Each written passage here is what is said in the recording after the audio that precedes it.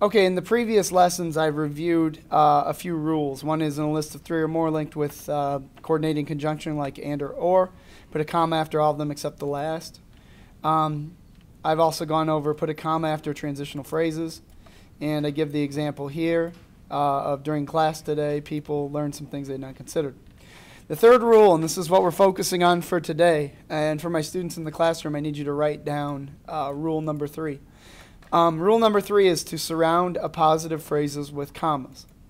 In the example here, what we have is a subject of the sentence, Mr. Bailey. Then we have a comma. Then we have a phrase in which I use self-deprecating humor and call myself a moron. And a comma here. And then we end the sentence with a predicate, teaches English at Northside. So Mr. Bailey teaches English at Northside. All we did with that appositive phrase was we added a detail. And if you read the sentence aloud, it should be read, Mr. Bailey, a complete moron, teaches English at Northside. And the highlighted section in this example is the appositive phrase.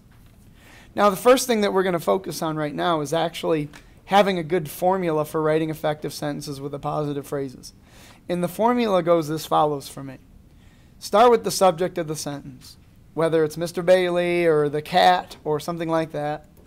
Then I put a comma in, and then I have a phrase that describes the subject of the sentence, and then I'll put in a verb that goes through the end of the sentence.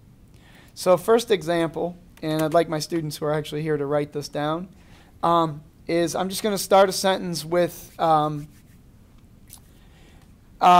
subject that's on a lot of kids' minds right now, the NBA lockout.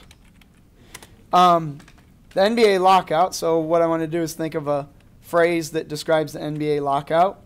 A war between 2 sets of millionaires. And then what do I want to say about the NBA lockout? I'll just say the NBA lockout is pretty lame. So here we go. What I've done is I've followed my formula where I have the subject, which is the NBA lockout, put a comma, and then I came up with a phrase that describes that situation, and then finished it with a predicate, is, and is what is pretty lame. So what I'd like for you to do right now is to write your own example in which you follow that formula. Just remember to start with the subject of a sentence, a phrase describing that subject, and then a verb that goes to the end of the sentence. So I'm going to do my own right now, but I want my students to do their own example of a subject and then a phrase that describes it and then a predicate. Trying to think. Football season, which is only 2 weeks away, is going to be fun and exciting. So for my example, once again, I have the football season, and then I came up with a phrase, and in this case we have a clause. It starts with which, and we even have our own verb. That's why it's a clause and not just a phrase. So the football season, which is only 2 weeks away, comma, is going to be fun and exciting. So that's basically the formula for writing good sentences using appositive phrases. Subject of the sentence, phrase that describes it, and then a verb through the end of the sentence. Now, for the sake of standardized testing, and I see this type of stuff a lot, is the other reason you want to know about the rules for using appositive phrases has to do with sentence combining. On the English 10 end of course assessment and on other standardized written tests, they will give a multiple choice question and they'll say, read the following 3 sentences, and then they give you 3 sentences, and then they say combine them into one. So I kind of gave an example here of 3 sentences and we have to combine it into one. So the basketball coach gave an inspirational speech at halftime. The coach was Conference Coach of the Year. Because of the speech, the team won the game. Now, if I wanted to combine those into one sentence, and normally you would have multiple choice things to pull from, but for the sake of now, what you're looking for is what is unified in this and what should just be a parenthetical detail. So I look at this, I say the basketball coach gave an inspirational speech at halftime. That's kind of an important thing. The coach was Conference Coach of the Year. Now that describes the coach. And then I'm looking for this. Because of the speech, the team won the game. So what I see is cause and effect. So when I combine these sentences into one, I'm actually going to go with the basketball coach, who was Conference Coach of the Year,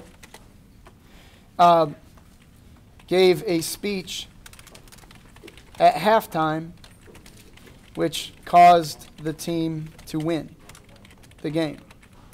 So we've taken these three sentences and put it into one sentence using the effectiveness of the appositive phrase. Here's another example. The couple bought the house. They were newlyweds. The house was located on the west side of town.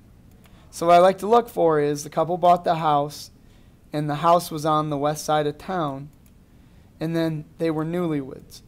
So I'm thinking that the best way to unify these into one sentence would be to say the couple who were newlyweds bought the house on the west side of town. Now the reason we like that is it omitted needless words. It says the same thing as those three sentences, and it gets to the point the quickest, which is one of the reasons you want to be able to use appositive phrases. Here's another example. F. Scott Fitzgerald led an interesting life in pursuit of his love for Zelda. F. Scott Fitzgerald was the author of The Great Gatsby. So the obvious thing would be to go F. Scott Fitzgerald, the author of The Great Gatsby, led an interesting life in pursuit of his love for Zelda. Once again, we've taken out any repetitious words like F. Scott Fitzgerald was and basically just inserted it as the appositive phrase. And here's another example for all you jazz fusion people out there. John McLaughlin was the founder of the band the Mahavishnu Orchestra. John McLaughlin played with Miles Davis. For appositive phrases and combining them into one, you say John McLaughlin, who played with Miles Davis, was the founder of the Mahavishnu Orchestra. The Mahavishnu Orchestra. Now, you can arguably do the other part of this is you could say John McLaughlin, the founder of the Mahavishnu Orchestra, played with Miles Davis. Now, usually on a standardized test, they would never make you choose between these two. Because you could argue that both of these have equal weight or merit. It depends on the context or the paragraph in which these two sentences were found. If the sentence is more about Miles Davis, or the paragraph was more about Miles Davis, then you might want to focus on that. But if the paragraph was more about the Mahavishnu Orchestra, that would probably be the one that you want to use. And it all depends on context. Here is another example. The National Model Schools Conference was a great teaching opportunity for teachers and administrators alike. The conference was sponsored by the International Center for Leadership and Education. The trick, the easiest way, would be to take the major sentence, take the minor phrase, put your comma, and surround it, sponsored by the International Center for Leadership and Education, and finish your sentence. So here we go. The National Model Schools Conference, subject, a positive phrase, finish the sentence, And there you go. And I've got one more example that I'm going to use, but I think it's pretty apparent how sentence combining is pretty good if you are using appositive phrases. So here we go. Mr. Bailey has way too much energy and enthusiasm for teaching language conventions. Mr. Bailey drinks a lot of coffee. So we'll take the initial, and then, now notice I only copied drinks a lot of coffee. I'm actually going to type comma who, and then I'll paste it in there. Boom. So Mr. Bailey, who drinks a lot of coffee, has way too much energy and enthusiasm for teaching language conventions.